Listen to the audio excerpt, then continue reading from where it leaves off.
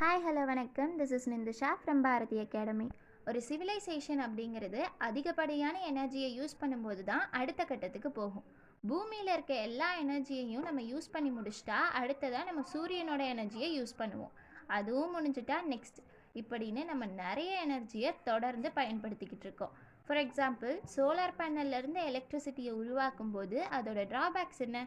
4-5 மணிக்கு மேலே நமக்கு வெயில் அதிகமாக வராது, ஸோ பவர் எடுக்க முடியாது. மழைக்காலங்களில் பவர் இருக்காது. இப்போ நம்ம சோலார் பேனல் வச்சு எடுக்கிறோம். இதையே ஏன் நம்ம பூமிக்கு ஒரு 400 கிலோமீட்டர் மேலே போய் ஸ்பேஸில் எடுக்கக்கூடாது? பிகாஸ் அங்கே பகல் இரவு அப்படிங்கிறது கிடையாது, வெதர் எதுவும் இல்லை. அப்போ நமக்கு 24 ஹார்ஸும் பவர் வந்துட்டே இருக்கும்ல. வாங்க இதை பற்றி பார்க்கலாம்.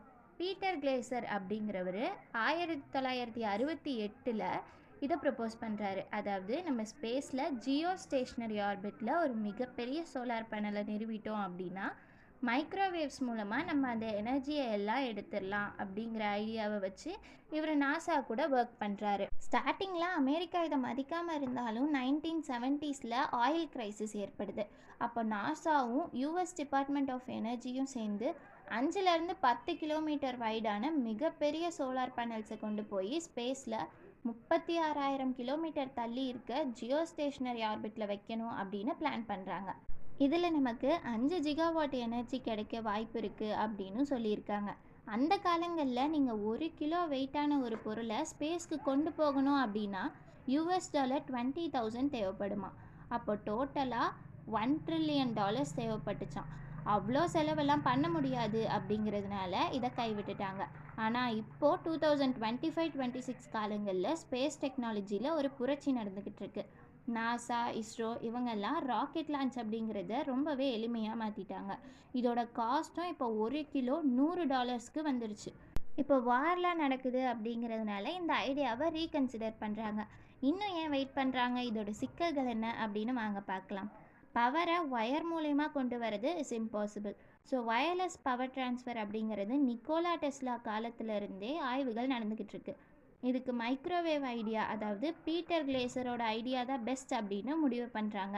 அந்த மைக்ரோவேவ்ஸ் சோலார் பேனல்லேருந்து எனர்ஜியை கீழே அனுப்புனா அதை பூமிக்கு மேலே இருக்க அட்மாஸ்பியர், மேகம், மழை, ஸ்ட்ராம் எல்லாத்தையும் தாண்டி நம்ம ரிசீவ் பண்ண முடியும். இதை ரிசீவ் பண்ணுறதுக்கு ரெக்டனா, அதாவது ரெக்டிஃபையிங் ஆண்டனா அப்படின்னு சொல்லுவாங்க. அது மூலியமாக தான் நம்ம ரிசீவ் பண்ண முடியும். இது மூலமாக நம்ம 90% எனர்ஜியை ரிசீவ் பண்ணலாம் அப்படின்னு சொல்கிறாங்க. இதுலேயும் ஒரு சிக்கல் இருக்குது, அதுதான் டிஃப்ராக்ஷன். ஃபார் எக்ஸாம்பிள், இப்போ நம்ம 10 கிலோமீட்டர் அளவு உள்ள ஒரு பேனலை ஸ்பேஸில் வச்சுட்டோம் அப்படின்னா அதுலேருந்து நமக்கு பவரை அனுப்புகிற மைக்ரோவேவ் 1 கிலோமீட்டர் வைடு இருக்கும். அப்படின்னா அது நம்ம பூமியை சேரும்போது அதுக்கு 10 கிலோமீட்டர் வைடுள்ள ஆண்டனா வச்சா தான் முடியும். அப்போ கேல்குலேட் பண்ணி பாருங்கள், அதுக்கு நமக்கு 100 கிலோமீட்டர் அளவு உள்ள ஒரு இடம் வேணும். இதுக்கு நமக்கு டெசர்ட்டோ இல்லை கடலை சுற்றி உள்ள ஒரு இடமோ இந்த மாதிரி ஏதாவது தேவைப்படும். இது பாசிபிளே இல்லையா அப்படின்னா இல்லை, இதுக்கு ஒரு சில ஆய்வுகள் ப்ராமிசிங்காக இருக்குது. ஸோ எஸ், இதுக்கு ஃப்யூச்சரில் நிறையவே பாசிபிலிட்டிஸ் இருக்குது அப்படின்னு விஞ்ஞானிகள் சொல்கிறாங்க. இது போல் நிறைய தகவல்களுக்கு stay tune with Arivalai podcast. Tata.